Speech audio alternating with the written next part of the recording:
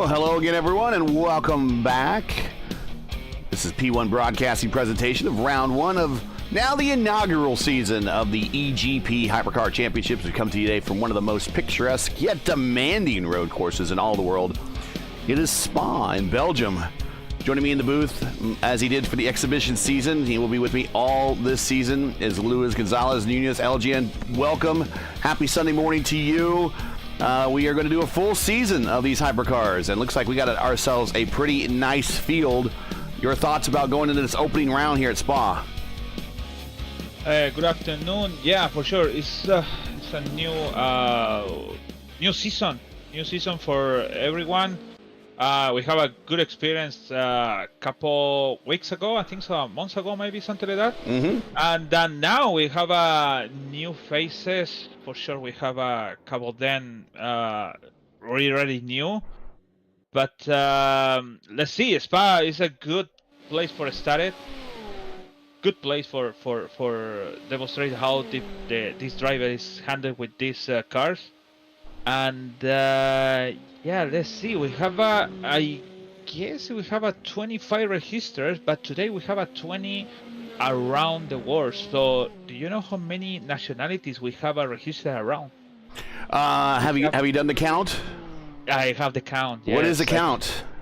Yeah, we have 10 nationalities. So wow. We have from German. We have 3 from German, British 5, from USA 4 people, Romanian, Swedish are 3, Slovakian from Czech Republic, 5 from French, 1 Belgian, and this is for you, 1 Brazilian.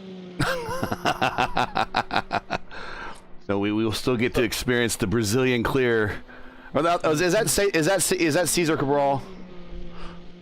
Say it again. Sorry. Is that Cesar who's the lone Brazilian? Always have to be a Brazilian, so it's only one. Okay. Only one Brazilian. Cesar is the best interview in all of sim racing, so I can't wait if he gets a chance to get on the podium to get him up here in the booth. He's quite the character. I love talking with him.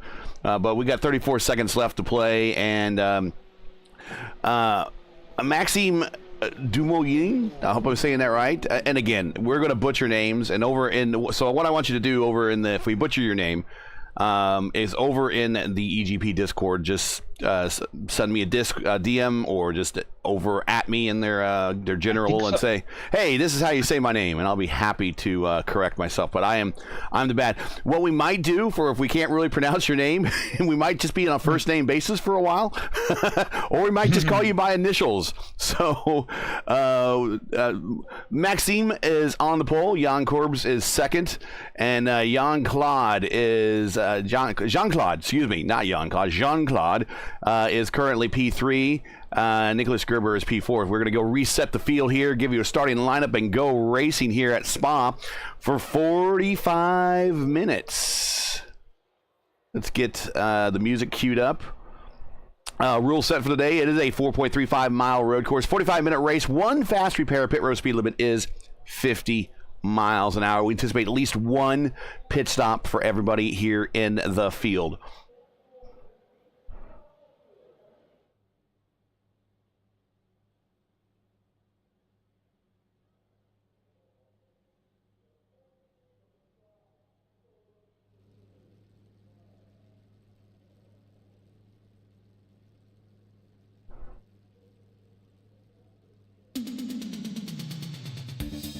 All right, the music's playing.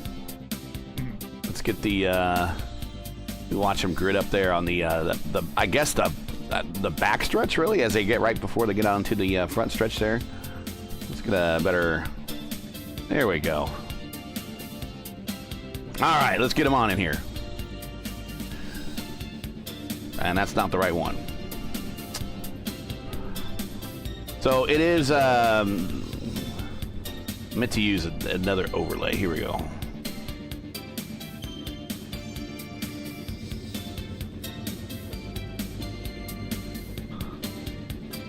But Maxime Dumoulin is on the pole. Jan Curb's second. There's row 2 is Jean-Claude Pelsier? Again, Nicholas Gerstner.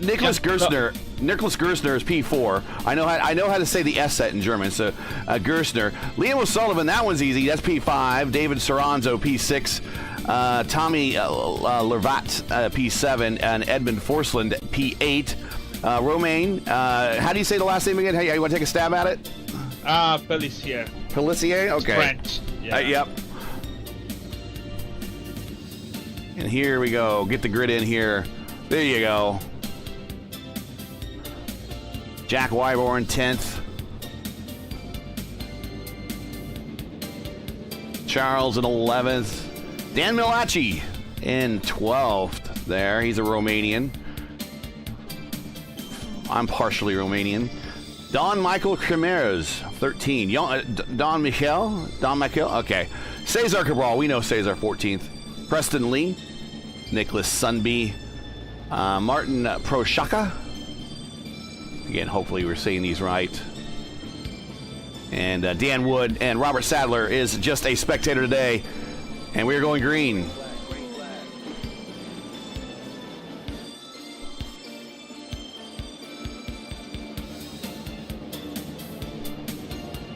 Well, I don't see Maxine and the grid. Oh, it's very from. It's ready. Wanna take the Blanchimont now? Sorry. Yeah, up the hill, past the. Up the hill. Yeah. Yeah, past the I guess it's the restaurant at the top of the hill. And down the Kimmel Straight, not named after Jimmy Kimmel. Oh, we're gonna pass to the inside. Liam O'Sullivan. Excuse me, that's Nicholas Gerstner. Gessner. We're just gonna have just a typical American trying to say European names, saying them bad as always. Pretty wide here on the top of the hill. Now coming down into the valley.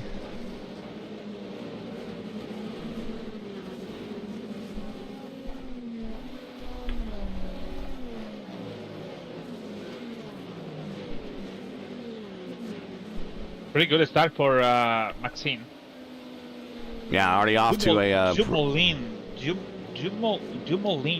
Tanto de da. Dumoulin, yeah. Yeah. The car 20 and it's not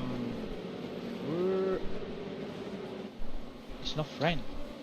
It's Belgian. So basically it is local. This is home game for this driver. Like me when I go to Indianapolis Motor Speedway. Oh, for sure. A home game, yeah. Got to wear the white uniforms. Oh, accident in the bus stop. We have 2 drivers, 3 on stop. LeBarn, one of them. Oh, geez. He's having a hard time. Everyone down there. Nicholas Sunby. He hit, I think Sullivan went one of them. But So it looks like Dan Malachi's in the pits again for extended repair. The front of his car is off.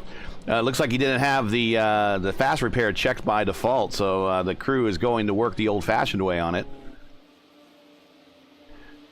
And also Sambe is on the back.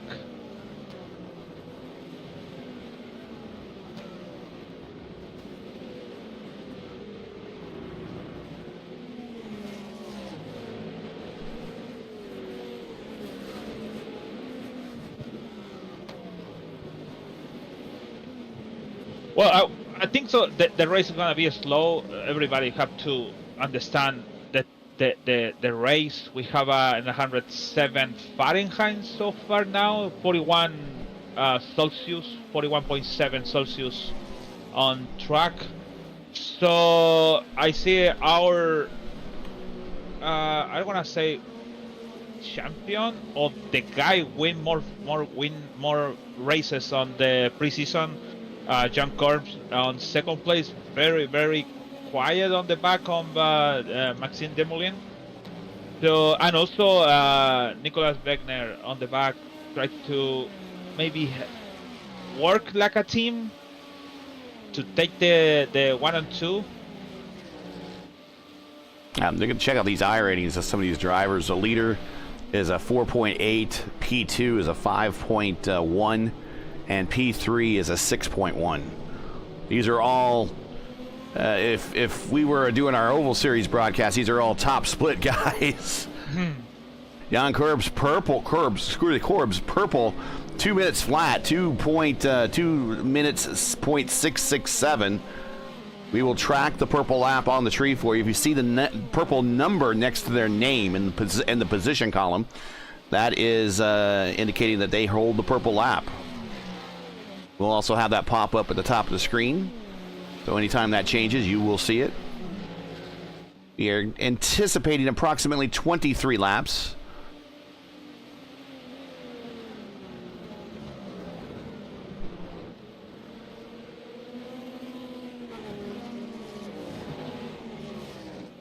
So, let's see. We have a teammate. David Lorenzo, the car 18, is from Simatuxization, and also the Poleman. Now is teammate. Yeah, is that a teammate to our leader? Yeah, for sure. The team, the first one is from Simatuxization. Then Jan Korms and Nicholas Gebner. They have 2 teams. So Reiter Engineer eSport 1 is these 2 guys, and 1 and 2. And then they have a Reiter Engineer Sport 2. So it's a Sullivan, Dogan, and Mihalake. So on there. Yeah, Dan Malachi is, and he's back rolling again, so he got the car repaired. He's back in 18th, underway. Oh, there is, yeah. On the same lap, that's how big this course is.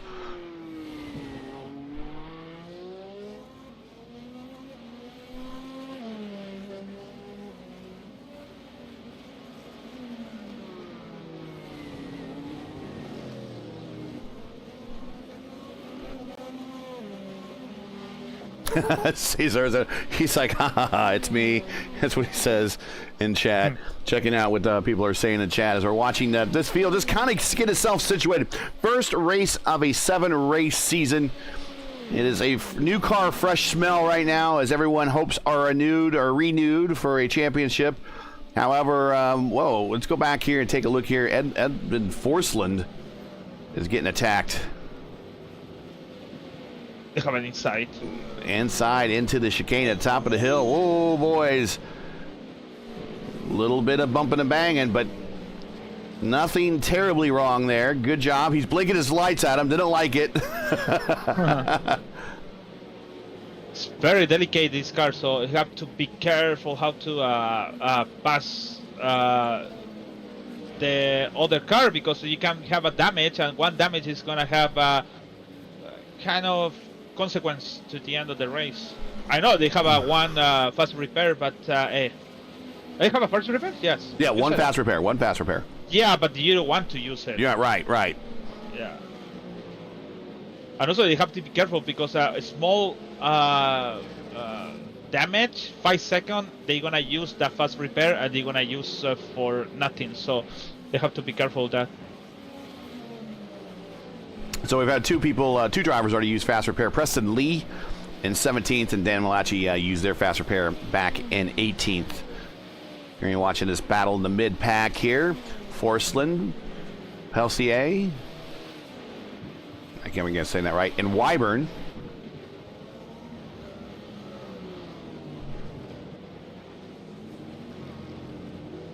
Jan Korps is coming fast, close to Demelier. All right, there he is. Yep, diving into one.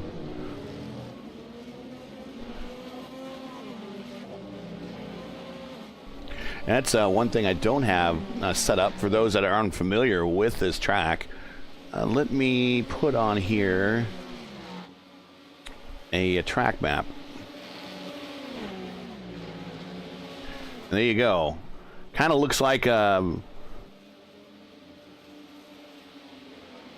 The course kind of, if you from this point of view, it kind of looks a little bit like a gun. But this goes up into the mountains, through the hills, down into the valley.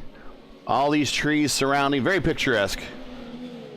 And there is a possibility that we might see rain this season with these cars, but I don't think we're going to see rain today. Doesn't look like. So Jan Corms have the lead. He passing Le Cops, and now it's coming Nicolas Wegner to do the same, maybe next lap.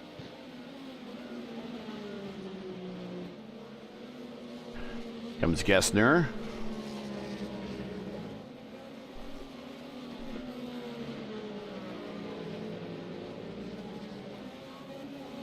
Curbs and Gessner, both Germans. Not sure what part of Germany.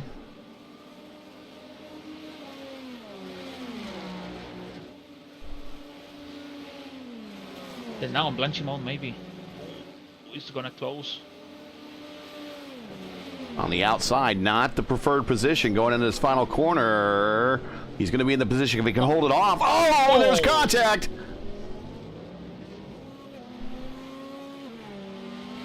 He did the. Oh, there's another car back there, Jean-Claude.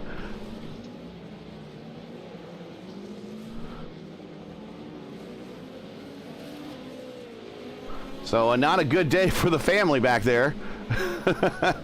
As both, I'm assuming they're related. Same last name.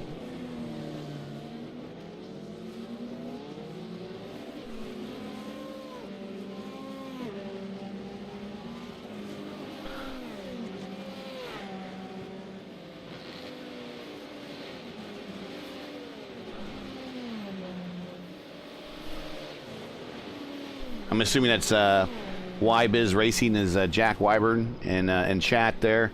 Messed up with fuel, only had 2 laps, so it must be for qualifying. There you go. Oh, Cesar Cabral in a battle here going up into the chicane at the top of the hill.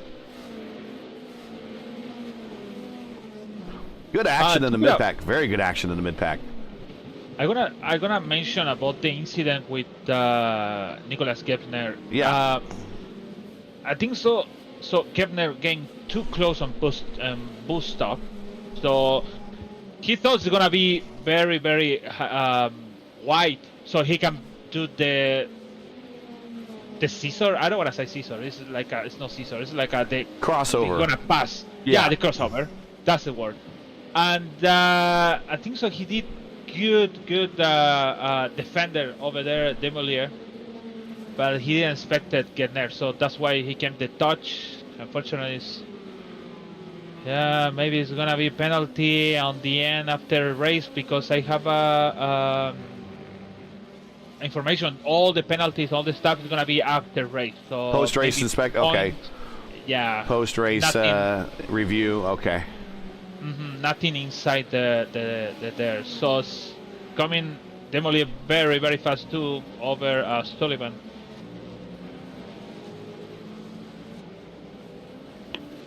Three-car battle here. Cabral, Remers, and Jean-Claude all in a group here. Meanwhile, up front, it's Curbs, Gessner, and now Liam O'Sullivan is in the 3rd spot. You could definitely hear the Cadillacs. You could tell the difference. That's a Cadillac. The car behind him, not a Cadillac.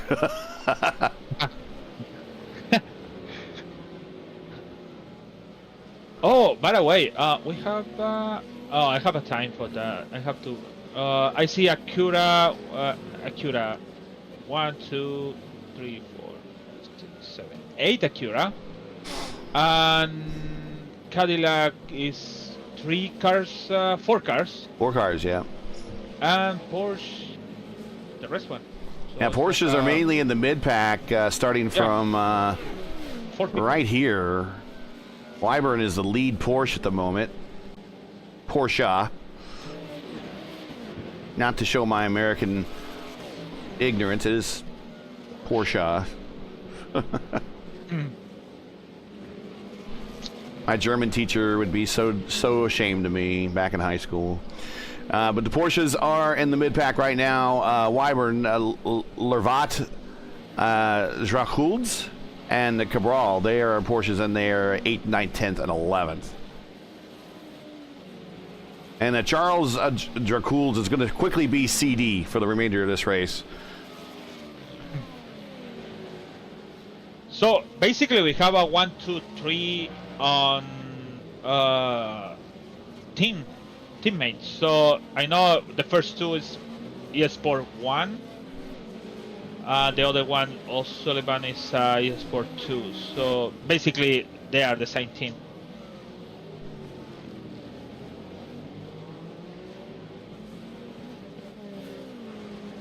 If anyone's having any streaming issues or anything, give me a heads up.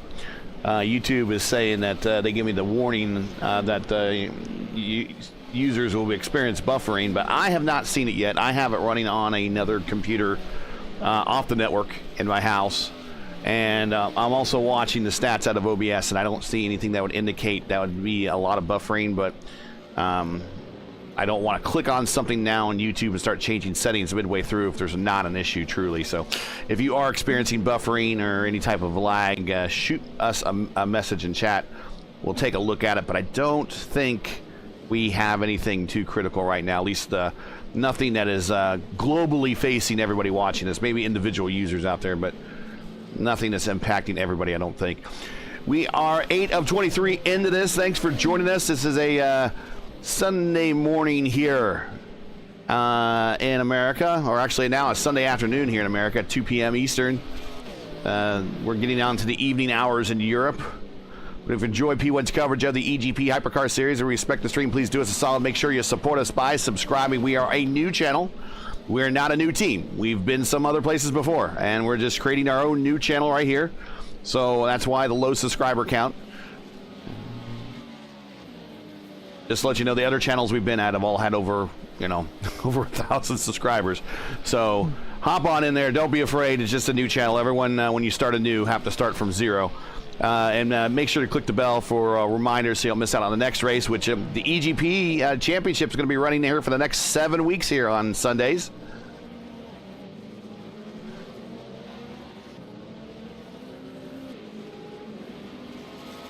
Let's get back up front, and the two Ryder eSports cars are starting to pull away. Kurbs and Gessner, the Germans, up front.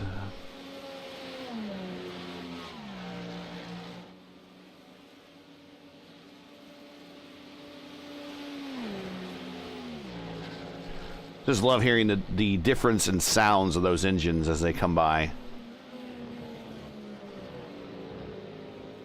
Sullivan is third. Maxime is fourth, starting from the pole, down 3 spots.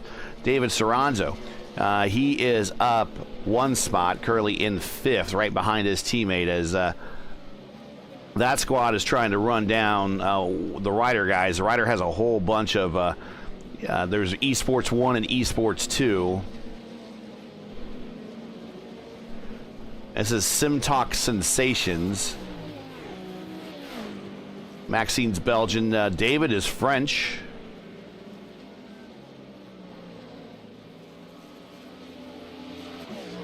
And then the SimTalk Sensations 2 squad, all made up of Frenchmen again.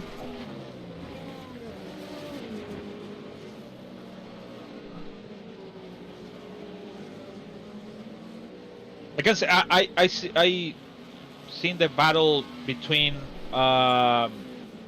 Jean-Claude Pellissier, maybe, and Cesar Cabral. Yeah, and there's a battle here, Wyburn and Forsland. Yeah, sure. And no, I see the Porsche from Cabral is very fast in straight, but like I have to mention, the Acura on corners is they have a lot of grip. So maybe after Oruch is gonna be again back Cabral on the tails of Pellissier, but very, very fast and straight, the porch. These are open setups. Teams can develop their own setups. And, it is a tough call. I mean, this is the same type of challenge that the Formula One drivers and teams will have when they come here. Do we set up for downforce for the twisty portion of the track, which is at the top of the hill going into the valley? Or do they set up for the long straights, which is pretty much the first half of the track going down to the start-finish line? A small hairpin there, then up the hill, down the straight. Do they set up for that? So it's always a question. Yeah, you cannot change it. So the moment you started, you have to finish with that. It's, as I like to say, you made your bed, now you got to sleep in it. Exactly. 10 of 23 in the books. We're getting to the halfway point really quickly here. Hope to have a timer actually working here very soon. We'll give you an idea of actually where we are in time. Oh, Wyburn going wide.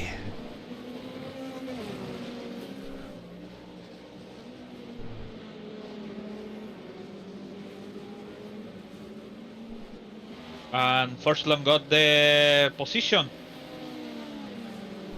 Got Actually, Ashley Brooks checking in the chat. Says, come on, Jack. Good driving there. Yeah. Oh, actually, should be race today, but he can't today. So maybe it's gonna be the next one for Ashley the driver there. Yeah. Yeah. Oh, Wyburn a little hot into the final chicane.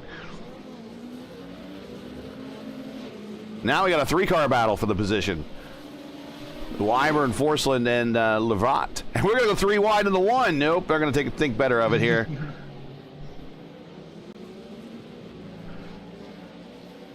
Generous runoff area now.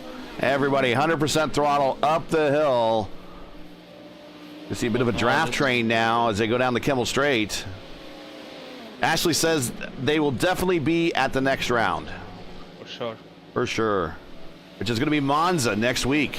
So talk about another track with long straights and a small twisty portion that you got to schedule or at least plan for when you set up your car. Oh, Tommy off into the grass there a little bit, but he recovers. Now, while these guys fight, I just noticed that the next 3, including Cabral in that group, is starting to gain on this group a little bit.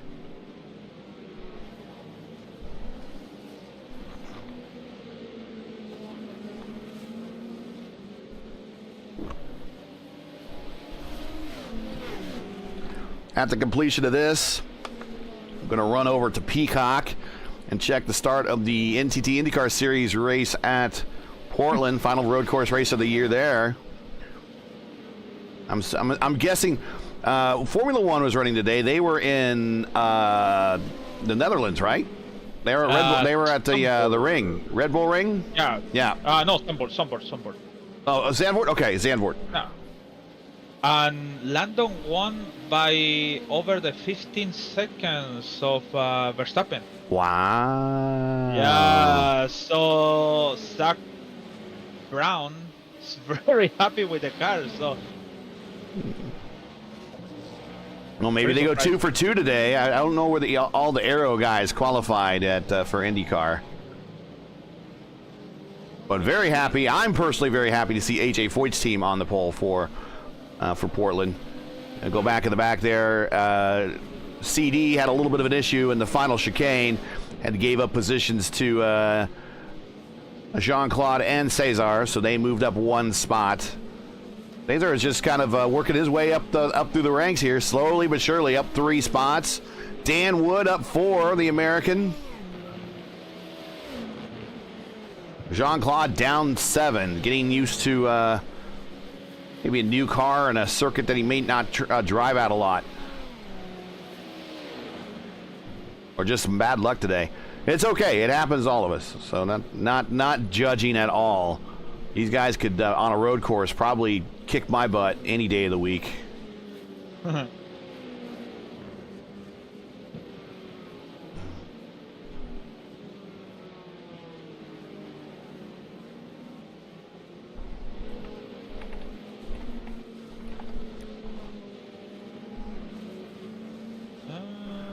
AJ Foyt's team on the pole for the first time since 2014. 10 years since Foyt's team was last on the pole, if you can believe it. So Rossi 18, Award 22, and the last one I don't see it. Where is it? Well, they started. Nolan. Say it maybe. 23. Siegel, so Nolan Siegel. like yeah, he's yeah, in, Nolan Siegel. yeah. So actually, they're lined up 10th, 11th, and 12th. McLaren and IndyCar, which in Portland, that's not a bad way. I mean, that's not too bad. I mean, we've seen people come back. Leader going to pits. No, only. Sorry. Only Nicholas Gessner going to pits, and also. Gessner coming in. Oh, yeah, we got two coming down pit road right now. Gessner and O'Sullivan. LeMans, yeah. Oh, look at their pit stalls are so tiny here, and we got the former leader and the pole sitter Maxine coming in as well.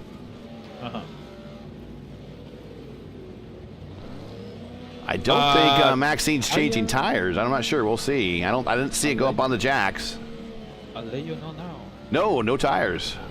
Oh. I did not see it go up on the jacks. You're right.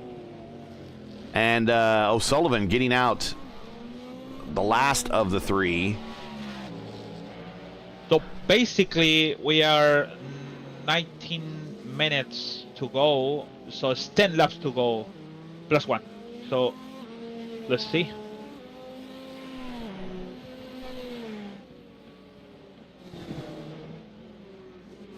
Meanwhile, back up to the front. Oh, we got a battle here for fifth. Let's take a look at this. We don't want to lose this three-way battle for fifth.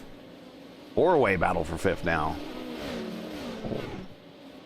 Wyburn trying to get around Forsland. He's now got a whole group of cars behind him. Jean-Claude, Cesar, CD.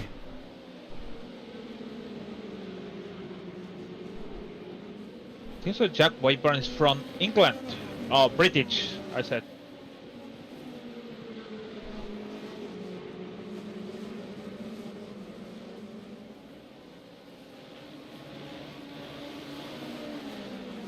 Do you think this car have to? Oh, sorry, iRacing have to implement like unexpected damage, like engine or some suspension stuff, like. Oh! Oh wow, Tommy just and now he's like, I'm coming to pit road. Tommy just whew. Do you think they have to? For iRacing to have like suspension failures and blown engines and stuff? Yeah, something like that. Because we don't have it, so we can go straight to the end. But you know, in real life, sometimes the battery on these cars or something electrical can be damage the car and game over. Do you think they have to have that on? There was in the precursor to all of this, of course, is was the Papyrus software group. Was like everything they did was the precursor to what we see here in iRacing. So with IndyCar Racing 1 and 2, which was two of their very early titles before they got into NASCAR, or actually IndyCar Racing 1, and then they got into NASCAR 1. This is back in the mid-90s. You could have individual failures of your car occur in IndyCar Racing. You'd just be sitting there driving, right, and all of a sudden your engine would cut off and then you would pull it to the pit. So it would say blown engine, or you couldn't shift anymore and you'd have a gearbox issue, or sometimes you would tap the wall and you not know it, and you come in for like your next pit stopper, and then it'll come and say, oh, you have a suspension problem, you can't continue. So they did have those type of failures in the cars, at least, but it was very random and it didn't seem to make any sense Especially if you look at modern day IndyCar, modern day racing in general, where the engines are so reliable. To have an engine failure is very rare now these days. But I guess it can occur, and I don't know there's any way to combat it, and I don't know any way to make it, fair that someone's going to be leading a race by 3 laps and all of a sudden doesn't get taken out by, an engine issue like it happened to Tony Stewart. We go 3 wide. Liam O'Sullivan, nice pass for 12th. Yeah, like happened to Tony Stewart, at New Hampshire in the IndyCar series, or when it was back at the Indy Racing thing. He had a 3-lap lead or 2-lap lead on the field, and his engine just gave out. So should they have it? I think to have it, they should have it probably in AI races, but not in official races. But I don't know. I mean, maybe people in chat can chime in. What do they think about random, programmed failures happening to your car during the race that you're not prepared for? Blown engines, suspension failure, transmission failure. It's gonna be maybe one step to be real. Yeah. Kind of real. It's not real because you have to take care of your engine and things. So especially this car, so it's very, very sensitive with all kind of touch, especially with fighting around the track. So yeah, I think so. It's going to be more interesting. So I don't know. I guess. Jan Kurb's going to make his turn on the pit road for his scheduled stop.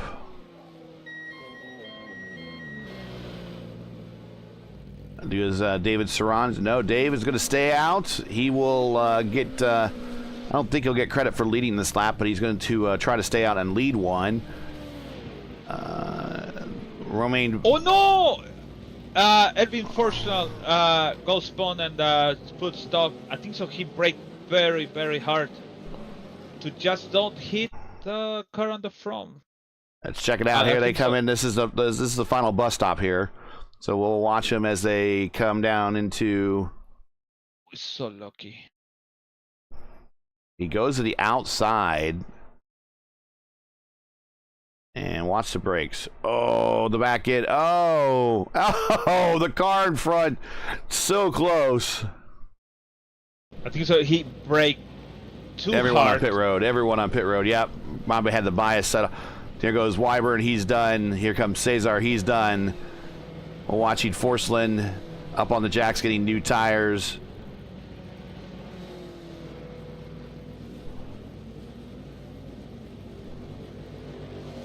So only Soranzo Pellicer, the brothers. The brothers Pellicer are out. Still in track. With 8 laps to go, but they still is at least we know of a planned stop. Now, Robert says it'll be interesting if they added those features in relation to how you drive, downshifting too fast, maxing out revs. Yes, exactly. And I think you made mention of that, LG, and you said how well you take care of the car. I think that's a good point. Sorry, we have a Prohaska. Should be, I'm gonna tell you, maybe a problem with the... He went straight to the... Oh, yeah, it's software problems. So I think it's a Prohaska. Oh, Martin Prohaska? Yeah. Did he have a mechanical? That's let's take a look and see what happened here. No, the wheel went through the left. So before Blanchimon. Let's see. Turn. We're riding along. Something happened. There's the mechanical. There you see when your hands do that and they snap.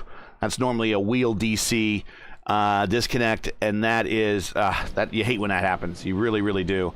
Forslund and Cremiers, and let's see. We got 3 cars here, and Preston Lee. These guys all in a battle for position. A little bit further down, Liam O'Sullivan getting around Romain getting past on the front stretch. Here's Don Michel, the inside of Edvin. Oh, Edvin almost at the backside of Preston Lee, who lit him up on corner exit, and they just spun. These cars are very, very powerful engines. A lot of torque going back to those rear tires. Okay, so the Pelster duo are actually father and son. Very cool. Very, very cool. There's a father-son duo in that races in some of the IndyCar races we covered. The Weisers, Will and Dale.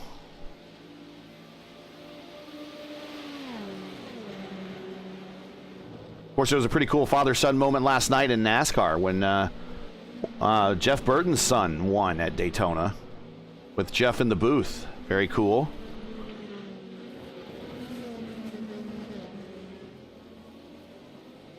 Oh, the Montoyas. So Juan Pablo and the son, Sebastian Montoya, also in the IMSA too. Oh.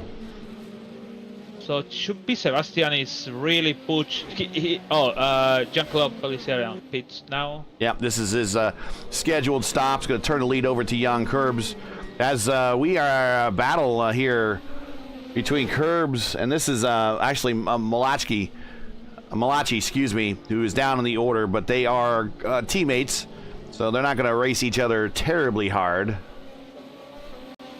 6 laps to go. If you're just joining us, P1's coverage of the eGP Championship Series, Hypercar Championship, that's what I meant to say. Coming to you from Spa. We've completed, we just got 6 minutes to go, so we're just about 35 minutes into this thing, give or take. If you're enjoying P1's coverage of today's race, make sure to smash the like buttons and hit the subscribe. Smash the like button, hit the subscribe button so you can subscribe to the channel, and so you don't miss out on the next race, make sure to ring that bell.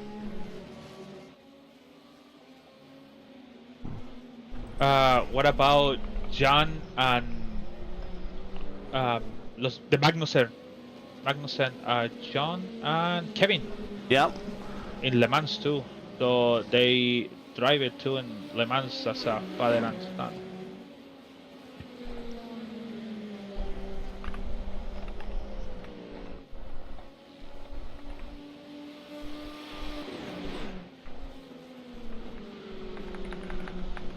I think so. This category is always can available to drive the father and son around. That's a good thing. Yeah. For example, Montoya is very old guy. He's very retired for the old stuff. But this track, this kind of cars and stuff, make this happen. Barrichello with the sons too. I don't remember. He have 2 sons. But Rubens also to do it, and Montoya tried to put Sebastian, because Sebastian I think so is on the Red Bull Academy, so okay, so it's 19 or 18 years old, something like that, so maybe in some point, let's see, it's in GP, I said GP through Formula 3, so it should be go over there. So I remember when Montoya was a rookie.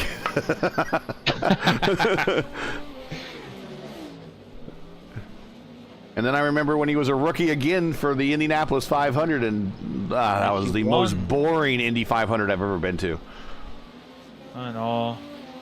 That 167 laps, and just that was the defining race that said that all the kart teams, even though they didn't have the profile races and everything, and they were losing kind of the high profile sponsors. They were definitely the high profile teams and drivers because they just whooped up on the Indy Racing League guys. But funny to hear the same color of the Montoya car with the IRL engine. So like a very like a Cadillac sound, and then the next week you can hear the champ car of the same Montoya with different sound. It's like so weird. That's what I heard for the TV. So it's different sounds, different engines. Yeah, he won at Indianapolis, and then the next race at Milwaukee for the kart series, won that, and he's the last IndyCar driver that I know of that went. It used to be Milwaukee would always follow up Indianapolis on the schedule, so there was many drivers would go back to back at Indianapolis and Milwaukee. Tom Steva was one. Gordon Johncock was another that I can think of offhand, but. Juan Montoya was the last one, and it had nothing to do with IndyCar scheduling. It had all to do about kart scheduling. They were just at Milwaukee the next week, and they took the week off for Indianapolis, or at least that Sunday off for Indianapolis, so the teams and drivers they wanted to participate, they could. So Montoya wins Indy, and then he goes to Milwaukee the next weekend and wins that. And then later whoa, into the grass! I don't think he was expecting that. Tommy and Jack. Whoa, that might get reviewed. He might have to give that position back. I don't know. Jack to the inside in the bus stop chicane here. This is a battle for 9th and 10th. Wow. And also later that season was the last time that a IndyCar driver, and I have to go back and double check the door banging, won 2 500-mile races in the same year, because also won Indy and then won Michigan that year as well. We haven't had another repeat winner of a 500-mile race in the same year since then, I don't think. Coming LeMans again. Here we come. These guys are racing each other extraordinarily hard. 4 to go. Jan still your leader. Border and Porsche, so crossover. Oh, these are two Porsches. The Germans are like, jawohl. For the record, O'Sullivan passed Lorenzo, and he got the 3rd place so far from now. Boost stop, so all the passes in boost stop. Trying to get the camera to some of these good battles, but when you got them cutting through the graphs between these two, and they're still at it between Wyburn and Tommy. Oh yeah. I want to know how many contacts or incidents they have both together. So if it's touch, it's 0, but sometimes it could be 4, or maybe it could be, if it's 2, it's damage for sure. Oh, Wyburn comes around! Oh, and he might have just nicked the front of his car. No, he didn't. He just got loose under acceleration, and he gives up a spot to CD, but Tommy takes off. He'll go to 9th now. Oh, no. And then the Wyburn loses another position to the Swede. Orslin comes by, gets the spot. So now 3 to go. Jan Kurbs has a pretty big lead, a 2.7 second lead over Gessner and O'Sullivan. And there is Gessner. O'Sullivan is a little bit further back. See, Martin said something in chat and then he retracted it, so I'm not sure what he wrote there. I think so. I tried to. Oh, it's coming, Roman Placer for Maxine. Yeah, we got it. He made up a ton of space, a ton of time up Kimmel Straight, coming into the chicane at the top of the hill. This is a battle for 5th. Top 5 in hand. We're talking just a few more minutes to go here. That's be about another 8 minutes or so left in this race. 3 laps.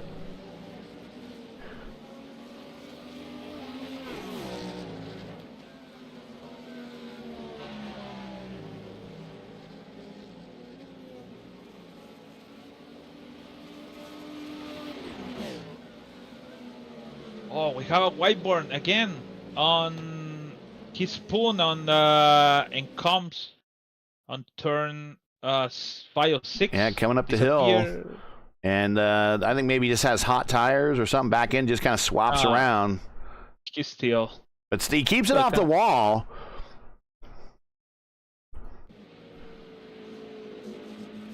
Yeah, this is the problem when you're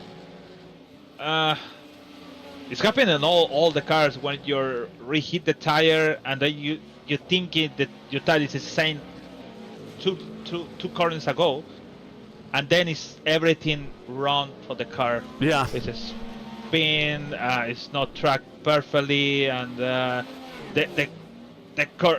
turn is getting Okay, I think I just saw a white flag being waved. I'm not sure. I'll let you know.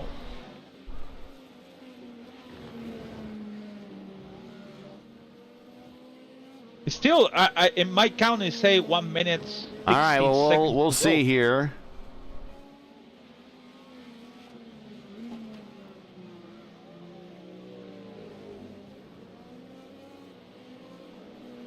I don't know if that was the course worker waving the passing flag, but I do see 2 laps to go, at least on the ticker. Everyone should see that. What happened to Jack? Missed it. Jack was having quite the issue battling, or actually had a great battle with Tommy for about 2 or 2.5 laps, and then lost it under acceleration. And then it got his tires hot, and then another lap later spun out again at the top of the hill, coming down the Kimmel straight into the first chicane, and spun it under braking. Probably had warm tires. Still hot the battle for the 5th position over there.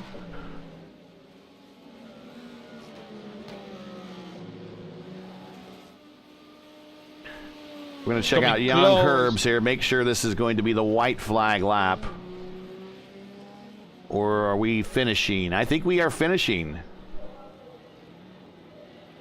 And checker flag in the air for Jan Curbs, getting the win.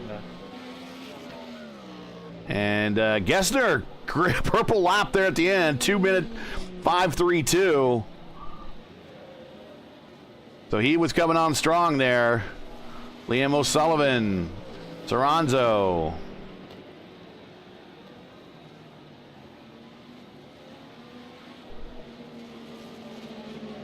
Jean-Claude Cesar. We're waiting for Cesar. Good job for Cesar. Got into up 6 spots, P8. Yes. Great job. Yep. Tommy, he's going to come home in 9th. CD coming home in 10th. There's your top 10. Edvin Forsland, he's coming 11th. Don Michel coming off the final corner there and staring at the checkered flag, up 1 spot to 13th or 12th. Dan Wood, didn't talk a lot about him today, but he did improve 5 spots to 13th. We still have Preston Lee and Nicholas maybe Sunby? Sunby, yep. Yep. And then we'll get into today's final standings.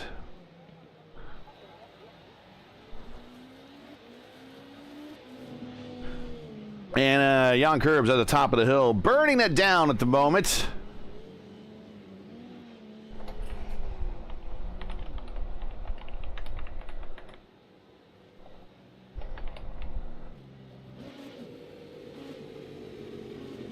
Nice win for him. Nice win. Yeah, very good. But I would like to see more battle with the teammates. Should be more interesting.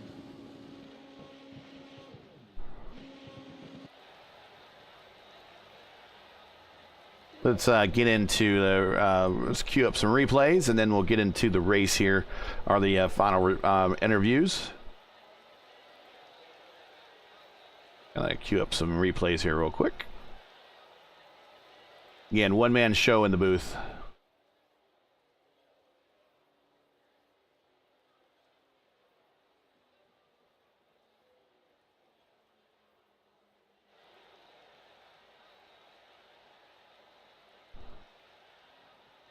Here we go.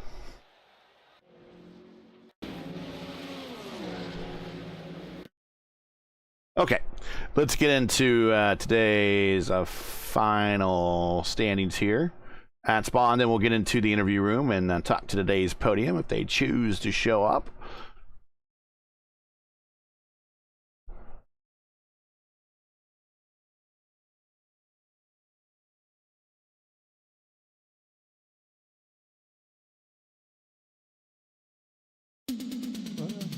Here we go.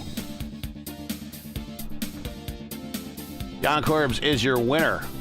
Much like we saw in the exhibition season. Again, on the top here, 17 laps led. Do I have to worry? Is this the one that had the is Jan with the one that had the extreme rock music going that when we brought him into the channel? I think so. It's that one. All right, well, we'll see. We will see. Nicholas Gessner second with the purple lap right there at the end. Liam O'Sullivan third. So a good day for the rider squad. I think they finished across the top of the podium. David Soranzo fourth. Our pole sitter Maxime in fifth. Romain in sixth. Jean-Claude in seventh. Cesar Cabral, the best interview in all of sim racing. He is P8. Tommy Lervat, great run there with Wyburn. He is ninth. CD in 10th.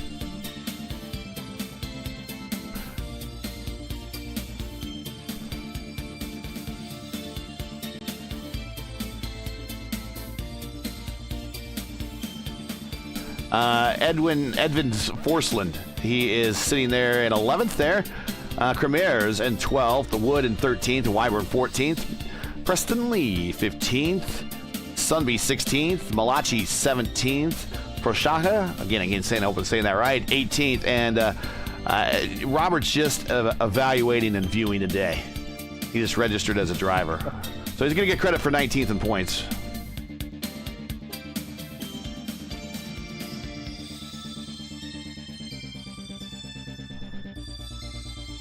And the average around this place, these guys, I mean, that's 121.386, and that's in miles per hour.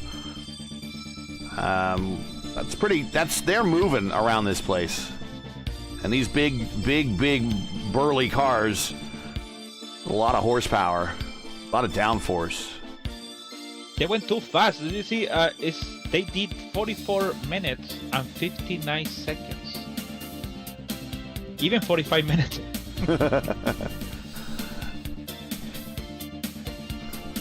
All right. Let's get into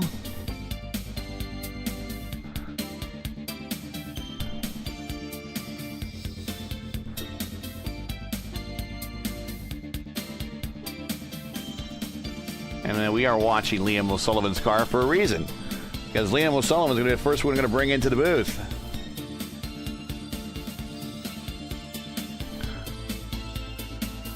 Liam, welcome to the booth. Welcome to the podium. Welcome to the eGP Hypercar Championship. Good to see you. Good to have you here. Talk about your race. Is this a car that you're normally used to driving? Normally see you, at least here on the channel, doing a lot of IndyCar stuff. Is this more your bread and butter? Yeah, what series is this? No, it's kind of my number 2 car after the Indy car. When I get a setup that really kind of almost has a lot of parallels to the Indy car, I'm super fast in it. Otherwise, I'm kind of very average. Like we saw at Road Atlanta, I just didn't have the confidence with it. But I was kind of in the zone today with just the setup. Everything was working out for me.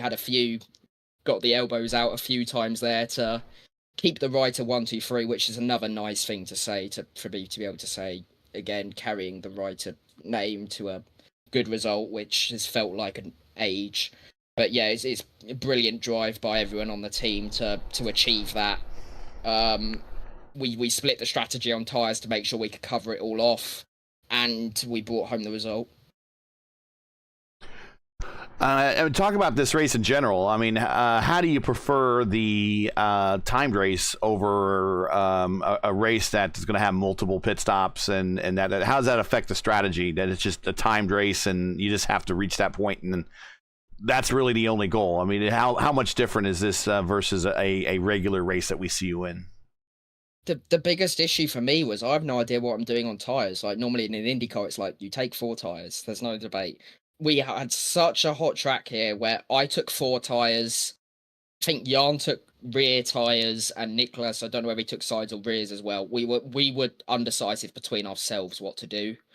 I took 4 to kind of come back flying through, cause a bit of battle to let the 2 in front go away. I think Nicholas was struggling a bit on fuel. I think he'd underfueled by a lap, so then we were trying to control the race to ensure he got there. So yeah, it was a solid team performance. To be honest, I was not expecting to be here talking to you. I was thinking 7th, 8th is kind of, yeah, but I had such a confidence within the car. It was definitely the setup that really helped me to give the confidence to be like, I can kind of get away with giving this a little bit of a drift, really fighting it, especially in the chicane. Like it really suited my driving style. All right. Well, shout outs, friends, family, sponsors. Anyone say hi to? You know the drill. You've been here before, so go right ahead. I would say hello to Mum, though, but I didn't actually tell him I was doing this. It was kind of. I was like, oh, I'll be midfield and like I'll do, but yeah, I might have to tell them to go rewatch it. So hello if they're watching in the future. Want to thank Ryder Engineering. Obviously, they picked me up on the IndyCar side, and I've stayed with them, and this is the reason why we're so well run on the road courses. And yeah, hopefully be talking to you, Gary, in Indy 500 when I want to win that. So well, fair enough. We always look forward to having you on the program. Congratulations on the P3 to open the season. That's a good start to the points championship. 7 races, 1 drop week, I think, is what we're going to get here. So not too bad the way to start the season. So congrats, and we will catch you next week if all things go well in Monza. Yep, thank you guys. All right, we'll bring down Nicholas Gessner here. Hey, Nicholas, congratulations here in the booth with Gary and Luis Gonzalez Nunez. P2 at Spa. Talk about your race there in the Cadillac, the Caddy. Hello. Yeah, I think I drove like... Can I curse in the stream? Mildly. You could mildly curse. You could say I drove like hell, or I drove like crap, or whatever. Yeah, I drove like I was back in rookie license. That's actually pretty funny. Okay, that's a good one. We'll talk about it. How come you feel like you drove like a rookie license? Just too many mistakes, like the mistake in the bus stop, for example. Was just loss of concentration. I think I killed Maxim as well. Well, let's talk about the concentration level. That is something that a lot of people don't take into account when we see the simulation racing, because everyone kind of considers it a kind of a video game, and you're not really hurting anyone out there when you get in contact with somebody. But when it really matters, when you're out there on the racetrack trying to make a pass on somebody, you want to be as clean as possible. This isn't Mario Kart after all. I mean, explain to everyone who maybe not have done sim racing the level of concentration that you need to have inside of these cars, even though it's a simulator. I mean, of course, in real life, the physical aspect is a lot more important than in the sim. Although I think that in the sim, being at least a bit in shape is important as well. Just you can perform on a more constant level, right? Yeah, but like in the sim, I think the focus level is more important in a few ways than it is in real life, because you don't have an engineer that does the strategy for you. Right. You have to change your pit stop strategy all by yourself. You know, during the lap, during driving. And that's what caught me out in the bus stop as well. I was changing fuel, I was changing tires, and just missed a braking point for the bus stop. Yeah, that's another thing that people think. You don't have someone. You can in this game have someone working have someone in as an engineer helping you spot and that type of thing. But by and large, most drivers don't have that. And that's a very good point. Well, I mean, a P2 today is not really a bad start to the season, even though I know you wanted more with the P1. But it's a good start to the season. We're heading to Monza next. Do you think you have a little bit better race in you at Monza? Yeah, I guess the Cadillac has a bit better top speed over the Acura. They will probably drive a bit more wing, a bit more downforce. Yep. To compensate in the corners. Yeah, it's gonna be interesting, certainly. Well, I showed today that the Cadillac has pace, that the Cadillac is competitive. It does, and I love the sound of the Cadillac too, and it's got that big throaty American sound versus the high pitched sound of the Acura and the Porsche. But I do like the Cadillac a lot, and you're telling me that it's better on the straights than it is in the corners. On the corners, the Acura is still a bit better, Okay. but it's certainly close enough to compensate, that you can compensate as a driver. Well, before we let you go on this P2 here to start the season, you got anybody you want to say hi to, shout out to, friends, family, sponsors, loved ones? Yeah, I guess congratulations to Jan, certainly. Like, today he was the better driver, of course. Deserved victory for him, and I'm looking forward to the season. You got it. Well, we hope to see more of you at Monza. Congratulations. Try to celebrate. It is a P2. I think some other people would like to swap their position with you that were a little bit further back in the field. So don't feel too bad. But we hope to see you at Monza here in a week. Yeah, I hope so as well. That man sounds utterly depressed. No. He's happy. Actually, it's okay. I know Germans and I know them a lot. They get really hard on themselves when they mess up, and it's like it's okay. Now it's we put our pants on one leg at a time in this world. We're all human. We all make mistakes, and he did not seem happy. But I hope that we will have him for happier moments later. I know. In the season. I know Nick Lauda is not German actually, but always is criticized about something. So that's why the guy is like this. So that's why the guy Nick Lauda was like that. So it's like I am happy, but I still something wrong on me. So I won the race, but something wrong. So anyway. Yeah, it's like I remember as a kid watching Ayrton Senna get better in Formula One. They would show Formula One on TV here in America on ESPN very, very early in the mornings on Sunday mornings. And I remember watching Ayrton Senna as he was coming up. And I just remembered how utterly pissed off he looked when he wasn't the winner. But I'm like, you're up there, you got a trophy, you're being, everyone's celebrating you, you're second step or third step, and you're just pissed off because you didn't get the win.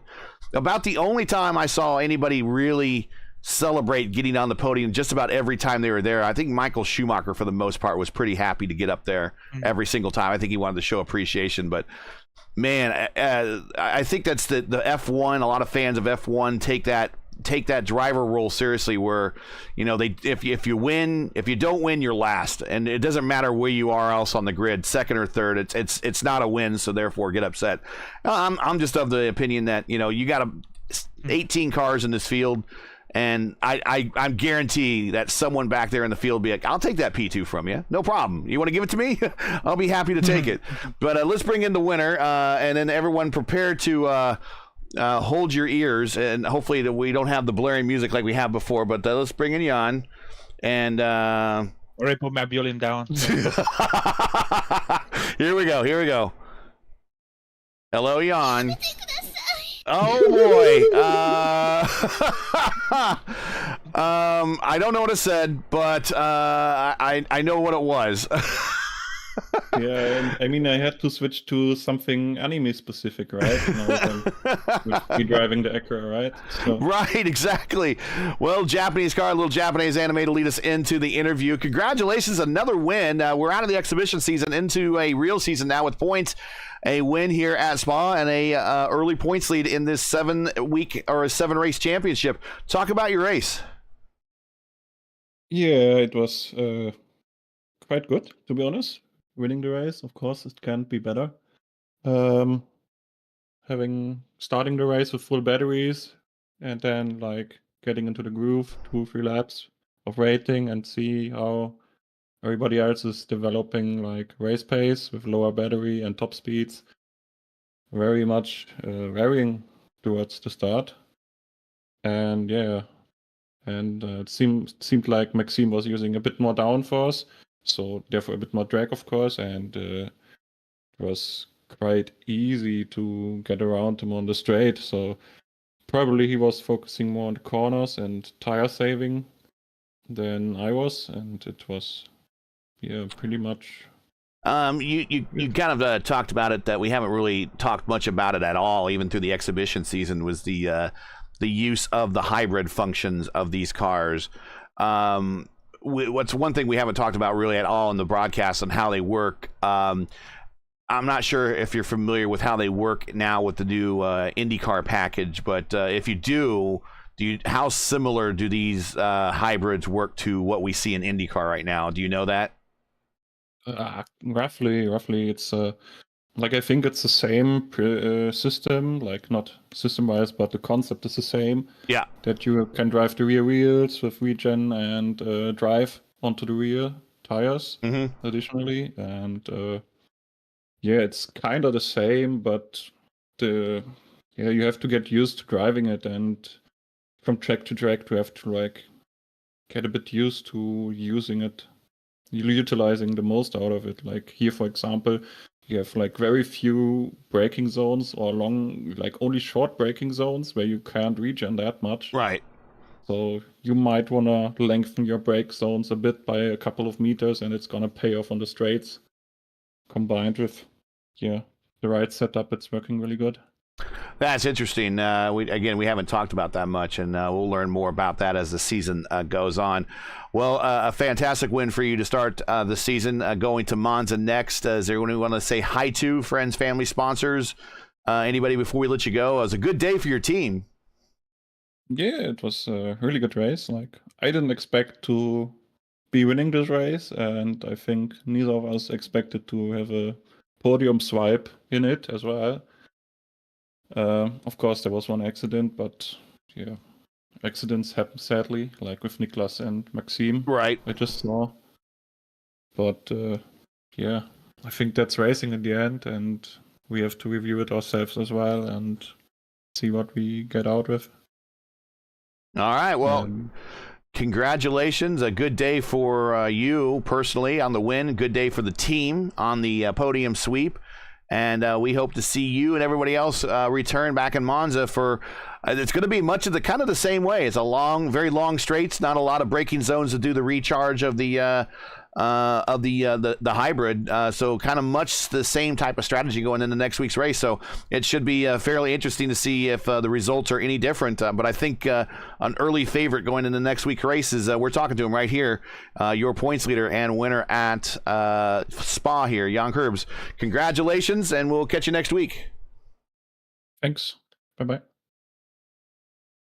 All right. So that gets in our podium interviews there. Just checking chat. Everyone is talking about some good battles out there. I thought overall, first of all, kudos to the league for getting a large number of people to sign up. 18 cars to come to the grid. Some of the exhibition races we had didn't have that many. So the league did a real good job at recruiting more drivers in the meantime. But what did you think of this first race, Luis? I thought it was a good one. Was a good one, to be honest. I think we saw, I don't want to say respect, but kind of desperate to pass somebody else. Mm-hmm. And it was a very, very, very nice race today. We have for sure we need to have the eyes on Kurbs, Kepner. For the poleman was Maxime. Yep. So we have to put the eyes on them, and also one of the Pellicer family, father or son. Yep. So this is the 4 people we have to put our for now. I don't know what's happened in 2 maybe race or later. For sure, Monza is a big question. Is I put more downforce, or just I put a little more less downforce, low downforce to. You know what I mean? So like, okay, if I put more downforce, I'm gonna be faster on the straight. So right. But what about on all the corners? What about dark corners? That's the thing, and especially in these cars, you go super fast. You have one big break point on turn 1 and 2.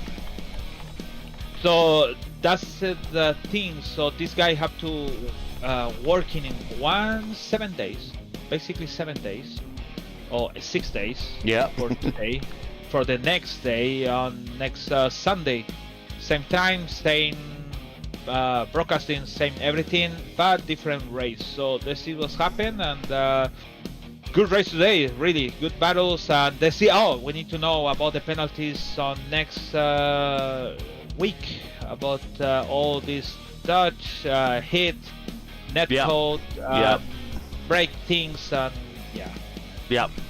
Yeah. One way of saying what you said, there used to be an old show in America, the 60s and 70s, the old Batman show, where they used to say, same bat time, same bat channel. So, yeah, that's exactly it. Same time, same channel. Well, that's going to do it here from Spa, where your podium again is Young Curbs with now a win that counts for points. Instead of Pride, Nicholas Gessner is P2, and Liam O'Sullivan with surprising himself. He didn't think he was going to have a good race. He didn't want to invite mom and dad. It's like, I'm going to have a bad race. I'm going to invite mom and dad to the good ones. You should invite mom and dad to all of them, Liam. They love you regardless. Besides, they invested a bunch of money in that new computer for you. But he finishes third. Join LGN and myself again next Sunday for round 2 of the inaugural season of the eGP Hypercar Championship as the teams and drivers head to the Temple of Speed, Monza. Coverage begins around 1:30 p.m. Eastern Time. Again, it's 1:30 p.m. Eastern. As always, for the correct broadcast time or time in your area, find everything right here at youtube.com at youtube.com/P1 Broadcasting. Now, as you know, the YouTube algorithm game is not an easy one. So we still like your thumbs ups. We'll get the thumbs up there and get your subscribes and notifies in. There you go. But help support P1 with the weekly grind. Leave a comment below. Let us know your thought of today's race. And if you enjoyed today's coverage, support us by smashing like on the video. And everybody that participated in chat, we tried to get to everybody. Thank you so much for participating. You make these races much more interesting when you guys are chiming in there in chat. So thank you. If you're new, click subscribe. You're why you hit the bell for weekly reminders so you don't miss out on more of other P1 iRacing programming, including we have lots of it. Tomorrow night, we are going to have a regular Monday doubleheader for like the next 12 weeks. It's the NTRL Xfinity Series, and Mark Murphy will be broadcasting them along with Justin Petshower at 8:10 p.m. Eastern Time. And then I will be back at 9:45 p.m. Eastern Time towards the end of that NTRL race, where we will get the start of the ISRA Truck Series as they go to round 2 of Season 2 at Iowa, and LGN will be joining me there. So LGN doing triple duty at the start of the week here. We're gonna do hypercars, and next week tomorrow night do trucks, and then we'll do IndyCars on the Elite Racing Network for one more time on the 27th at 8:15 p.m. at the final round of the IndyCar Oval Series over on the Elite Racing Network. And then we will move that coverage over here to P1. But yeah, you want to ring the bell. So all this good coverage we have, and you're just interested in checking it out, just have a run in the background maybe. There you go. Just keep on checking us out, ring the bell, and you'll be notified of when those races are going up. If you're new, click subscribe. You're right at it. Hit the bell for weekly reminders, so you don't miss out on more programming. And the subscribe is an important thing because we are a new channel. Track cams today provided by Whiplash Sim Cams. To learn more about Whiplash Sim Cams, to learn more, definitely about Whiplash, follow them on Twitter or like them on Facebook or Instagram. We want to thank Whiplash for being the official camera pack provider of P1 Broadcasting. And, if you want to get the most out of your iRacing experience, you definitely want to invest in Whiplash Sim Cams. So for everyone here at P1, for LGN, I'm Gary Gazzo, saying good night or good day, good happy Sunday. Thanks for watching. And to all our men and women serving in the military and as first responders, Godspeed, God bless, and come home safe. Catch us again right here next week at Monza for the next race of the eGP Hypercar Championship. See you guys.